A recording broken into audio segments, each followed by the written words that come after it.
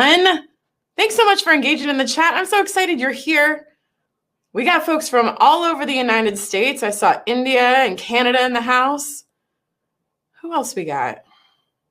Oklahoma, Missouri, California, a couple from California. Okay. All right, East Coasters. So I'm right outside Washington, D.C., which is blissfully not as hot as we have been. I don't know if you guys have, but I'm so glad you're here. I'm so excited. We are talking about the outward mindset today. So hopefully you guys have your books. Also, because it's book club, make sure you have your beverages of choice. I'm currently doing coffee and water because, you know, it's Tuesday and it's afternoon. So by all means, join me. I'm not sitting cross-legged, but if I did, I might take a tumble. And so I've lost my battle with gravity once already today, not trying to do it again. Certainly, this is something that is a little bit different than we've done before. So let me officially welcome you to our first ever Arbinger book club. I'm so excited that you guys are here.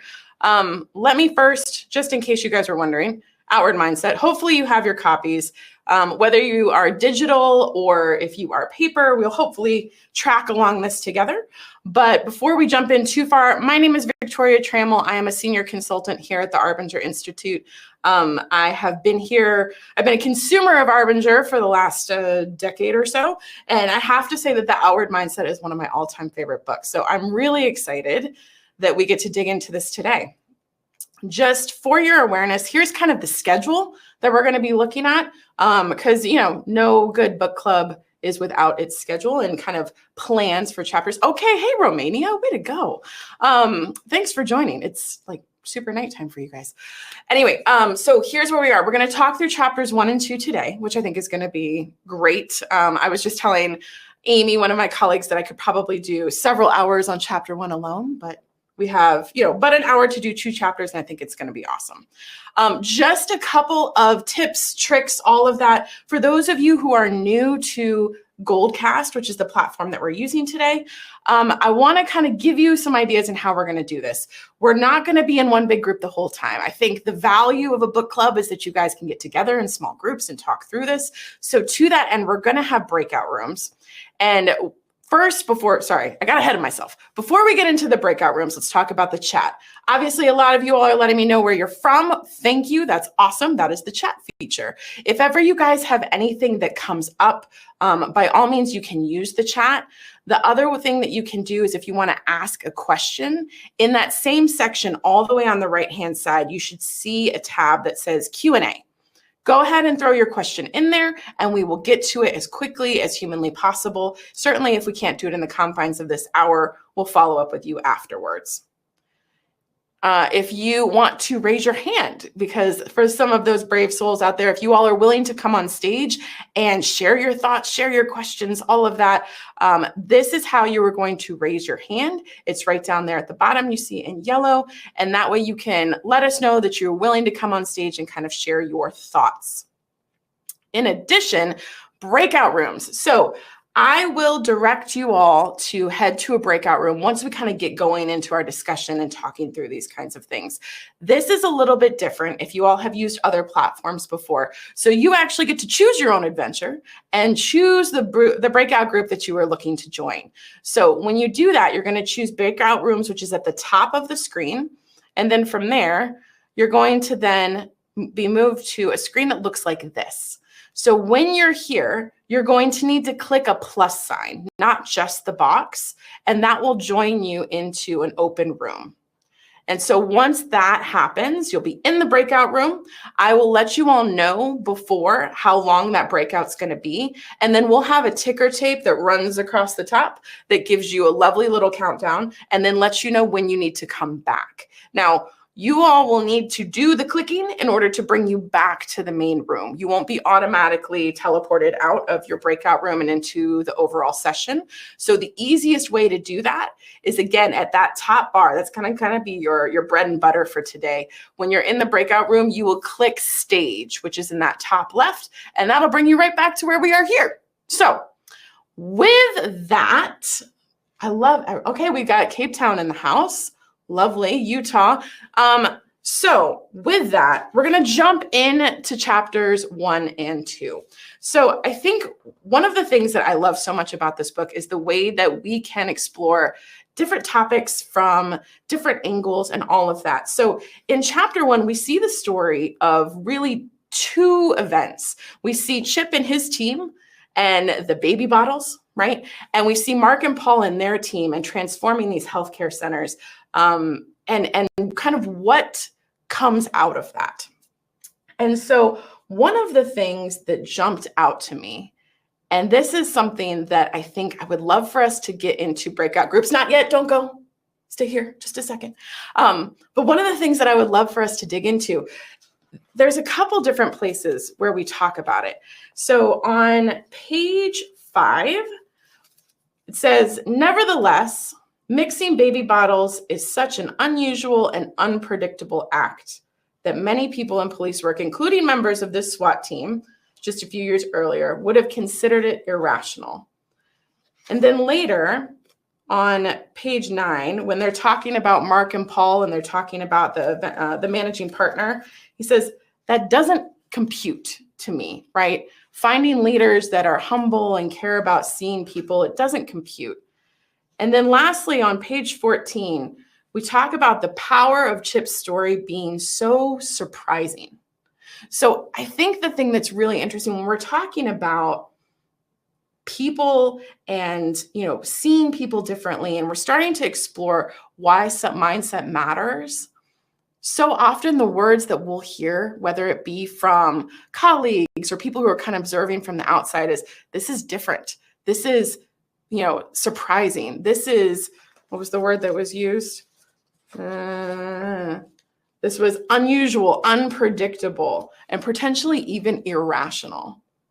And so what I want you to do for the next, let's say 7 minutes, let's jump into breakout groups and talk about kind of how you guys have seen this in your world. Do you agree? Is it something by seeing people as people rather than as objects? Is that irrational? Is it something where you have seen it really successful? Is it something where you've been on the receiving end of somebody thinking that you are unpredictable? Somebody thinking that you're surprising? Or is it something where you've watched it and been like, man, I didn't think that was going to work? So let's jump into those breakout rooms. So again, at the top, you're going to click breakout room, and then you're going to click a plus sign to join.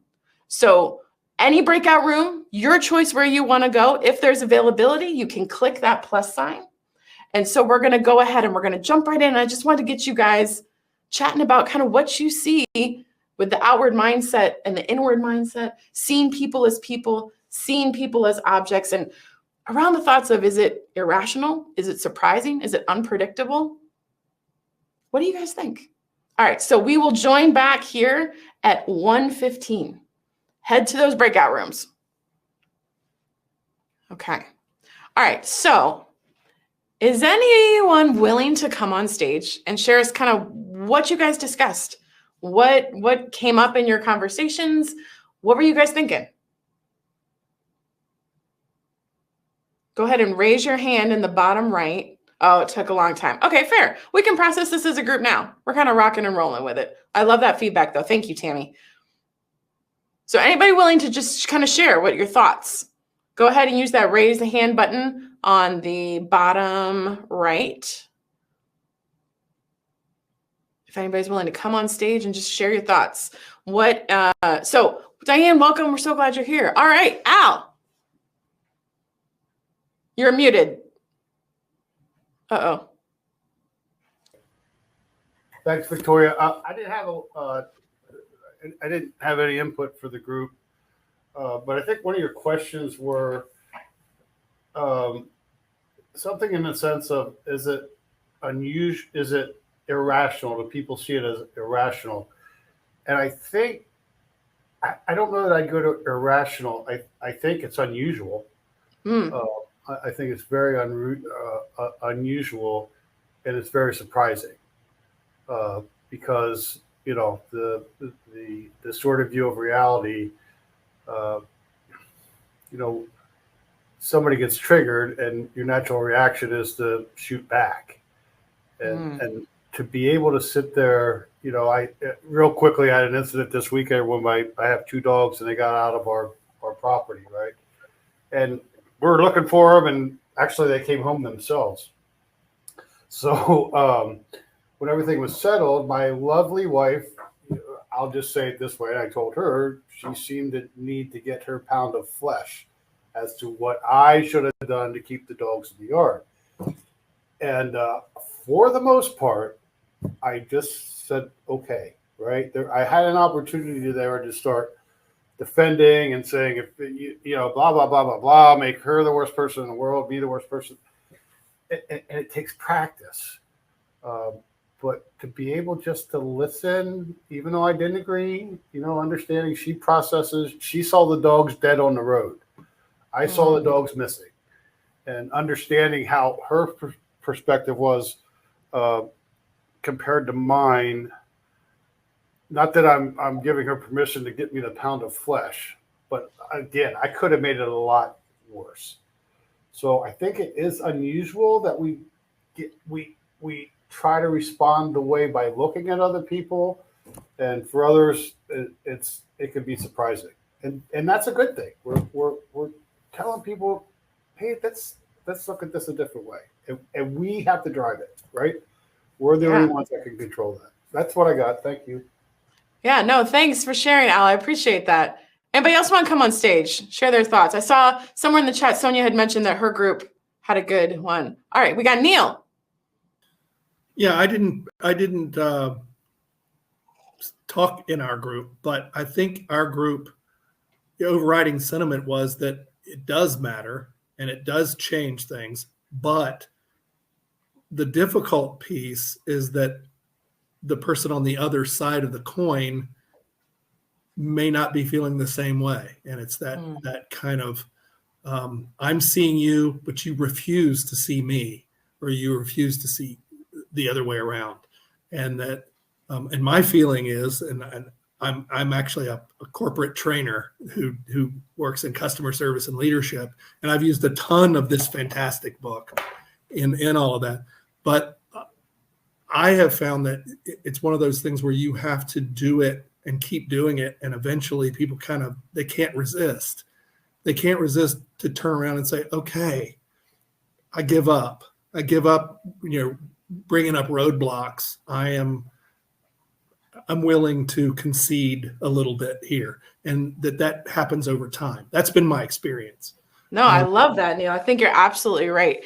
I think so often we would love for our extension of outwardness to be met immediately with outwardness, and then everybody's happy but I think that's a great point, right? It takes patience and diligence and, practice, to Al's point. I think that's huge. It's kind of like, they say when you go in for a job interview, and if you cross your legs, the interviewer will cross their legs, that kind of thing.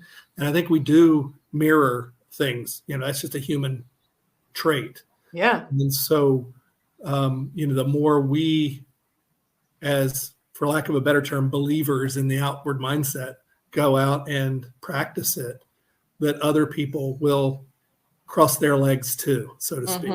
Yeah. No, I think that's a great point. Thank you so much for sharing, Neil. I appreciate that. Sure. Jen, so there was some in the chat. Jen's group it's got 9 hearts. So Jen said, we had a great example of someone who was looking for ways to maintain humanity when crunched for time. An answer was to provide a block of time where folks have your undivided attention so they feel heard, and you have provided space. Just in the chat, have you guys found that being helpful as well? I mean, it sounds, we got 11 hearts going, right? So that sounds like yes. But I mean, are there things where making that time and space, have you guys seen that as something kind of powerful in terms of allowing the opportunity for people to see others as people? Just throw it in the chat for me. What are your thoughts? Oh, Rebecca. Amy, can we get Rebecca? There we go. Rebecca, come on through. I think it's me. I think I was in group 3, but I'm not sure. But I did have an example that I think is a good example that I would be happy to share. I Please. work in healthcare. And I remember once we had a report. I do learning and development, staff learning and development. We had a report of some hospice nurses who were saying rather unkind and surprising things about the people that they care for. And the gut reaction was kind of a negative response. Like, how could they say something like that about somebody who's dying? Or don't they have any sensitivity to the families of the people who are going through the grieving process? And it kicked off a very negative and almost punitive response to how we could help these nurses. And I just asked, what must it be like to be a hospice nurse?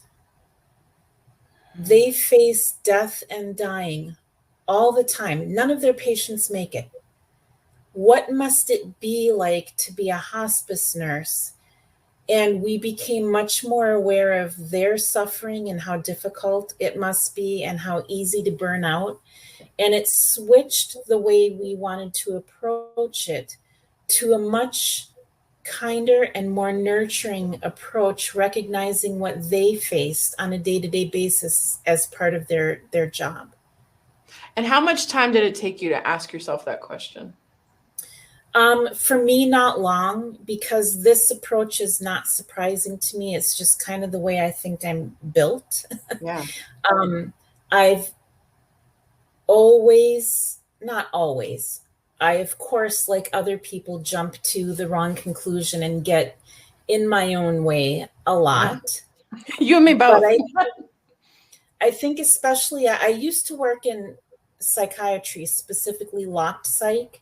Mm-hmm. And that's one of the best way to help patients, is to try to step outside of where you are and figure out the way they see the world, especially if they're having a psychotic break or are not connected with reality. The more you can understand how they see things, the better you can position yourself to help them. So I think that long ago work experience has influenced me today.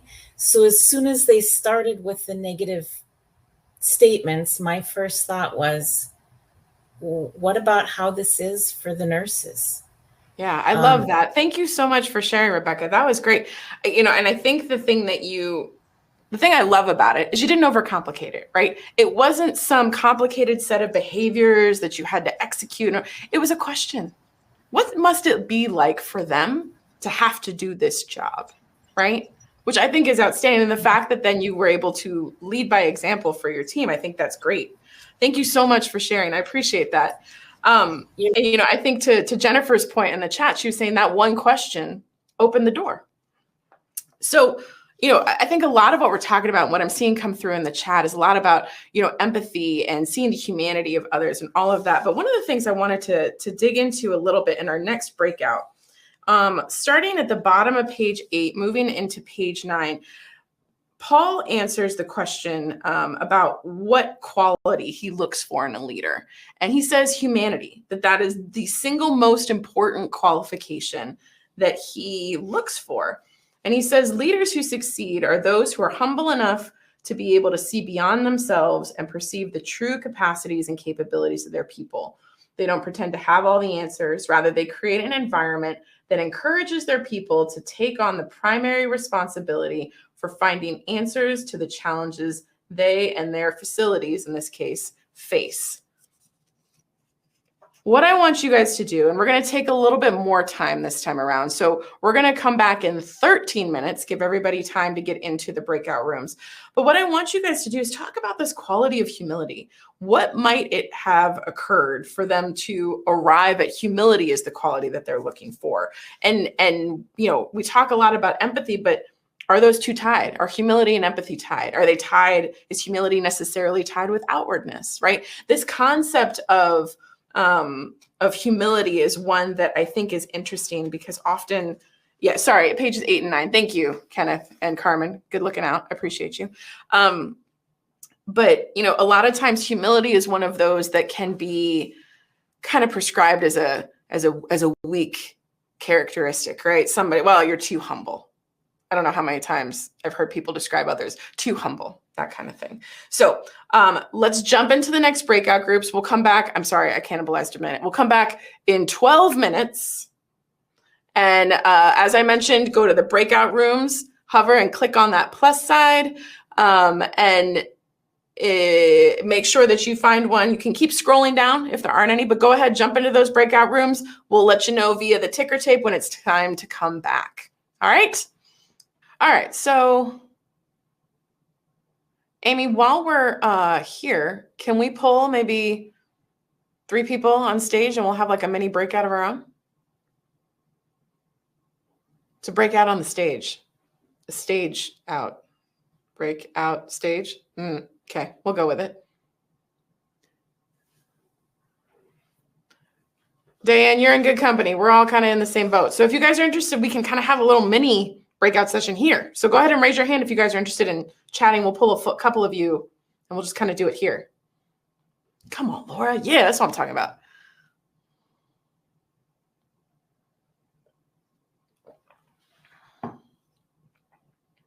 Oh.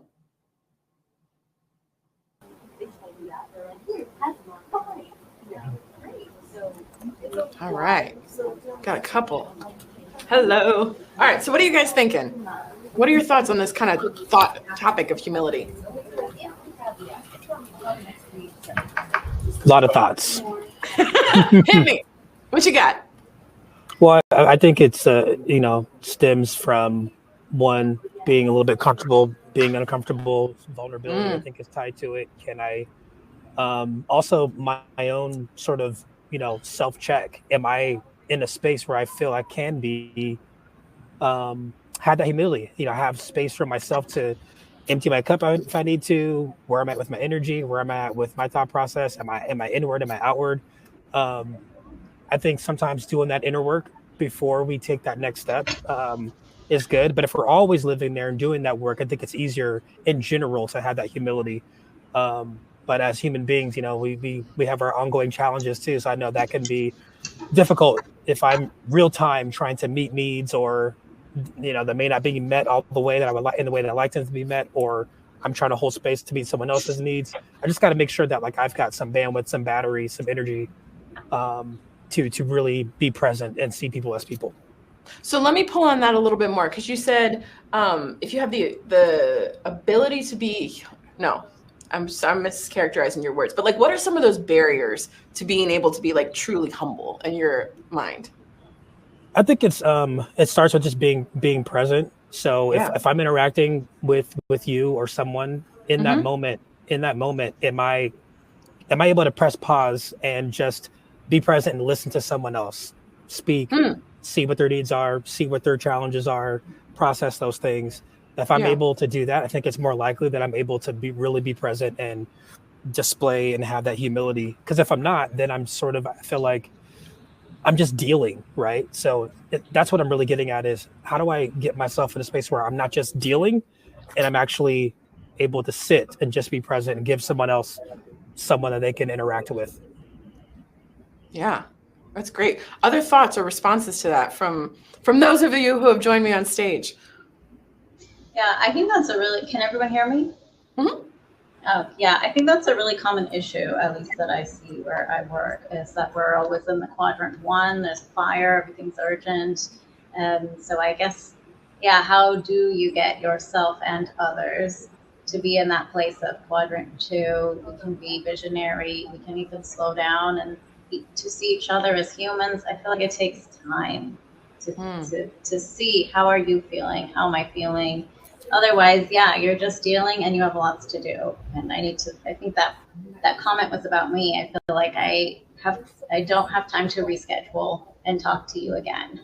Tell me now in 15 minutes, and then I need to move on. And this is just to manage my own stress and burnout, and I have things to do. So I feel really bad. How do you engage people with humanity when the schedule is overbooked and there is no space for that? It's a great question. What do you all think? Well said. Any others?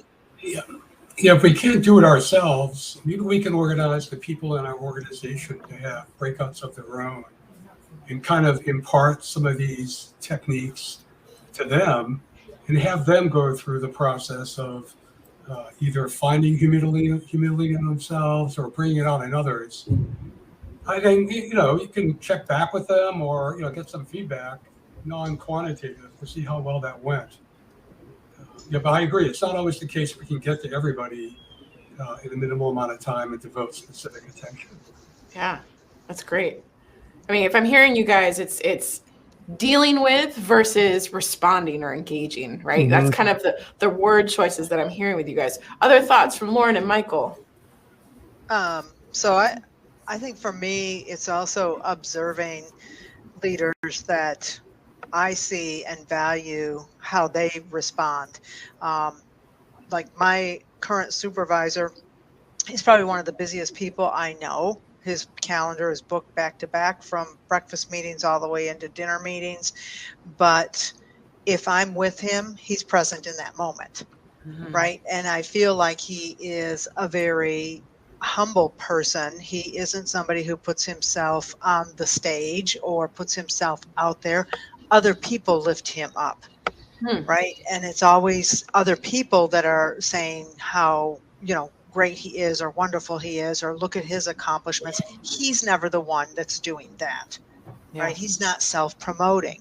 And when I look at other people who I don't admire quite so much, they're the ones that are, the difference is I see them, they are self-promoting. And when they're in the room, they're talking about themselves. They're not taking the time to listen to other people and valuing what other people have to offer. And so I see that's the difference. So when you're in the room with other people, it's sitting back and bringing in, okay, what is it this person has to offer? What is their value? I hired this person because they're the expert. I'm not the expert, so I need to listen to what they have to offer. Yeah. And that's what he does. I think that's a great kind of observation. One from the promotion angle, right? Like he's not promoting himself. You're seeing others do it. Whereas in the reverse, it's that kind of self-promotion. But then also just in terms of listening to and responding to the ideas of others, right? And how that ties to humility. I love that observation. Thank you so much, Lauren. Michael, what are your thoughts? Yeah. So I'm sorry, is it pronounced Basant? Yes. So just to kind of circle back to what you were saying, and it occurred to me with the level of stress and overwork and anxiety that people are feeling, I'm curious, and this just occurred to me, like, are we even physiologically able to get into a place of humility because so many people are in fight or flight? And what you had said was something, the work is piling up, and I see other people, they just have to get through that stack of papers, and that's like their only fixation, and in their mind, their world is coming to an end if they're not getting to that. And then where's the room to become humble in that moment, and even consider there are other factors and other people going on around with, their own needs, challenges, and objectives. And then Lauren, that kind of, to piggyback on your comment, the people that the leaders that I admire the most as well are the ones who can put things in that perspective. Like, let's relax, let's take a breath. It's not life or death, unless I suppose there are some that are. Yeah. But most of us are not true life or death. And let's consider all those other factors. So I love that. Thank you so much for sharing, Michael. That's great. Thank you all so much for joining the stage. I appreciate you all.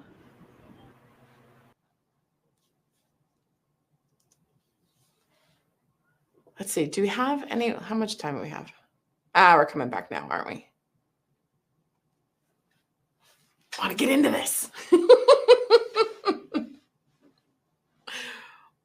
So one of the questions that I want to ask, and we're going to put this one out as a poll as well.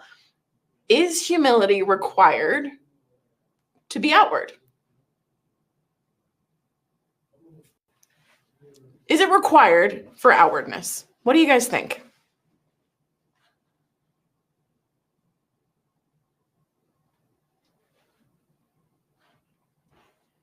Let's see. We've got quite a few votes for yes, a couple for no, a couple for not sure. Yeah. All right. We got quite a few in the chat saying yes. I think that's great. I mean, because I think it's one of those, you know, we had kind of an impromptu breakout on the stage for those of us that were having network issues and weren't able to join the breakouts. But one of the things that we talked about is, you know, engaging people versus dealing with people. And then, you know, what kind of characteristics of humility showed up? Like, how do you know a leader is humble? And Lauren shared a really great example that she had a leader who never really promoted himself, but you would hear others talk about how great he was. And in contrast, she had another leader that was always talking about himself. And another way that she saw it show up was in terms of the way that that leader listened to, responded, and kind of implemented the ideas of others, whether it be, ideas for improvement processes, whatever that looks like. I'm trying to catch up with you guys in the chat. You got so much goodness going on here. This is great. Okay. So thank you for digging in with me on that one. The last kind of thought with our remaining time here that I wanted to talk about, if we go on to page 19, really kind of starts on 18 and it gets to 19, and we talk about kind of the connection between behaviors and mindsets. One of the things, and having been a leader, a program manager for quite some time, always trying to implement behavior change is ridiculously challenging in a lot of ways, especially when you're trying to do it from an inward mindset. And I was a champ at doing that from an inward mindset before Arbinger came along. But on 19, the thing I love, it says, when you sufficiently improve the mindset, either of an individual or of an organization, you no longer have to specify everything each team member is supposed to do, the way those who operate from a behavioral model often assume. As the mindset changes, so does the behavior without having to prescribe the change. Now, on one hand, you might say that's the dream, right? We are force multiplying whether it be first line leaders, our line folks, whatever that looks like, right? It's a wonderful thing to have that opportunity. On the other hand, it's a loss of control, right? It's a loss of ensuring and having accountability and oversight. And a lot of times I find, certainly in my own leadership journey, that was a struggle between wanting to give people the autonomy to act and to respond in a way that they felt was most appropriate in the moment, and feel like I had this pressure of accountability as a leader. So what I would love, because I don't know that we necessarily have time, what do we got? Let's do it as a breakout. All right, so we're going to do this for 10 minutes.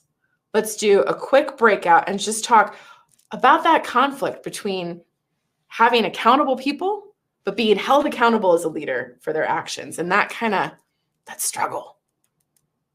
All right, so go ahead and jump into those breakouts, and I'll see you back here in 10 minutes. All right, is anybody stuck in the stage with me? Unable to join a breakout?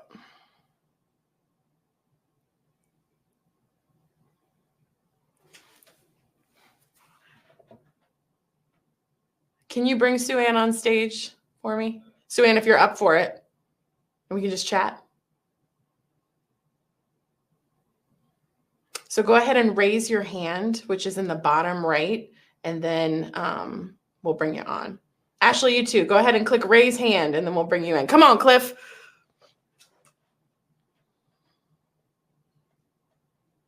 We'll get a little party going here.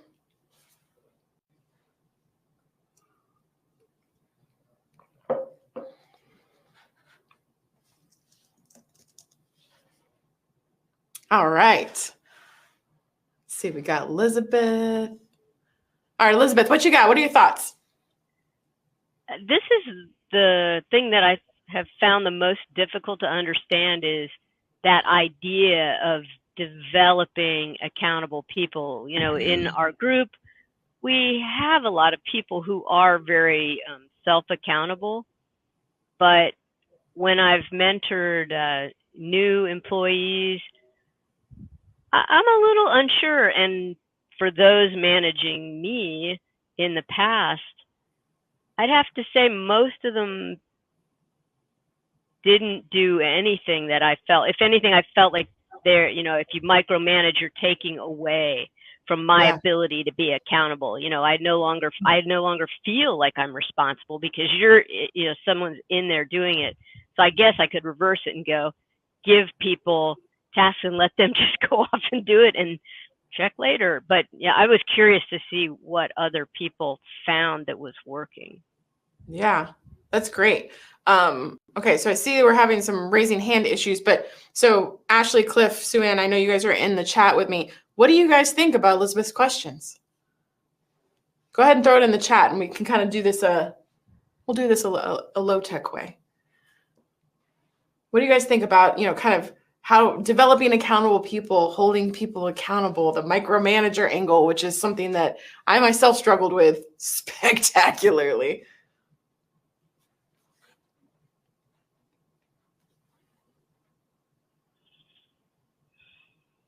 Yeah, hard. It's hard. You know, so it's interesting. The way that it showed up for me in my own leadership journey was I wanted to protect my people.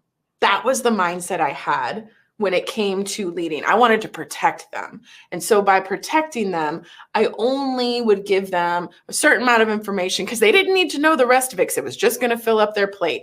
Or, you know, I would, oh, I'll just do that for you. Not a problem. You don't need to worry about that. Or, you know, and so I developed this culture where they were solely dependent upon me as the leader.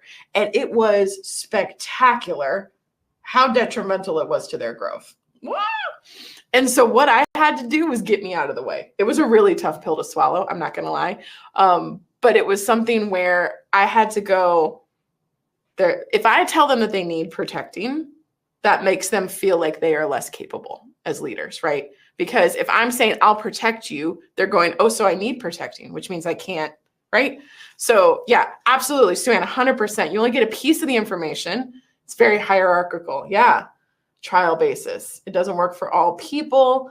You may have to give them a little at first. And then, yeah, I think that's great. Certainly I don't recommend being like, here's a scalpel, go do surgery. Like there's absolutely, Ashley, I think that is a very valid point. Stepping people along the way, little by little. But what I saw in my own was that the more responsibility and opportunity I gave them, the more they wanted to prove to me that they could do it.